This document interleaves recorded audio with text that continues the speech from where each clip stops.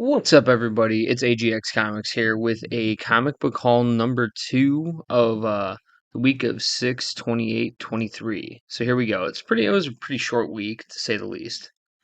First up, I know this one came out a few weeks ago. I was kind of speculating on grabbing it. I have read a lot of the one-offs, right, that they've been doing for the 40 years of Return of the Jedi. And I mean, to say the least, I think they've been all been pretty good.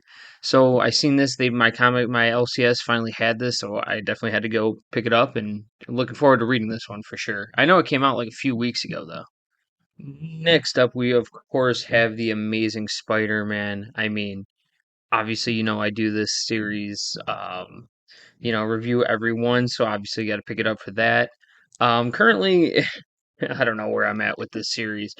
Some of it I like, some of it I don't like. But yeah, hopefully number 28 picks up because 27 really, really I wasn't a big fan of, and I thought it kind of sucked, and it was just kind of didn't really launch the new arc as appropriate. So hopefully this one's a little bit more lighthearted, and we get away from the death of Miss Marvel and just kind of try to reboot this. But yeah, that's kind of my thoughts on it thus far. And the next one we have here is the Green Arrow number three. I picked up the cover A. Most of them I tried to pick up just the A cover, just because I don't know. I'm not one of those people who need to have every single variant cover of an issue.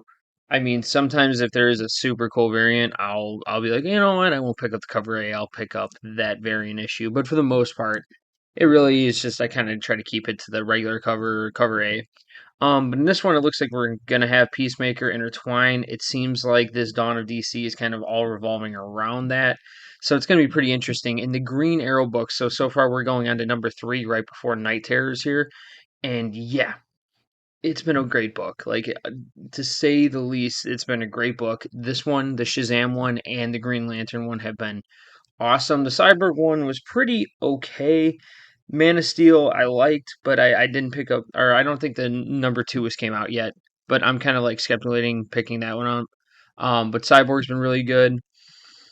And the Titans have been pretty cool. So honestly, I like what they're doing with the whole thing. Let's hope that this Night Terrors, interruption for the next 2 months doesn't kind of derail all these relaunches, right, so to speak. But I'm looking forward to reading this one, and I'm sure this one's going to push the plot as Shazam 2 and all the other ones are driving towards the Night Terrors because that begins next week.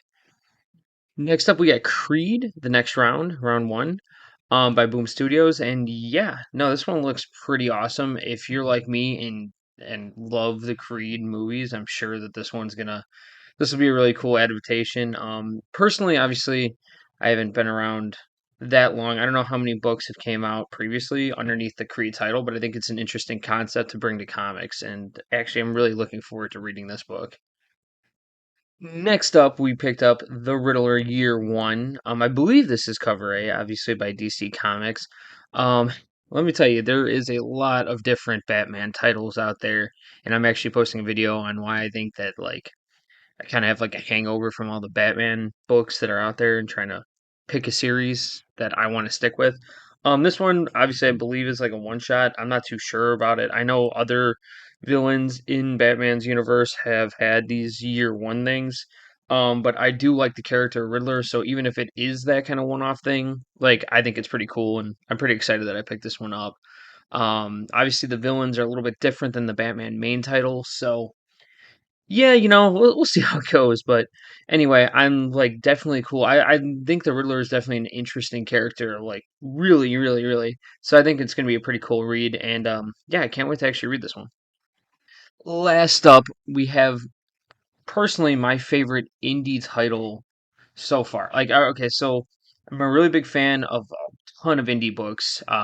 This haul really doesn't look like it that much, but The Seasons Have Teeth number three. If you're not reading this series, you definitely need to give it a chance because this one is a cool, monster-esque photography and just the artwork is so beautiful in it. And I can't wait. I know this is three of four. Obviously, one of two were tremendous. This is about if the seasons were monsters and a not so great, uh, you know, photographer is going and trying to recapture his youth in by like breaking in through these entries to go and film or photograph these monsters. So it's just a really cool book. It's a really cool twist on like horror, as long like I'd say it's more sci-fi horror. Um, but it's just a cool concept, and I am like hyped. This is definitely the book that I was ready to go get this week. It was number one on my list was this book. So again, if you're not reading this title, please check it out. It's definitely worth the read. Again, awesome book. And that will be it for this week for my new comic book haul. Yeah, not a lot this week. This wasn't a huge week by any means. It's actually one of the shorter weeks I've had in the last few months since getting back into this hobby.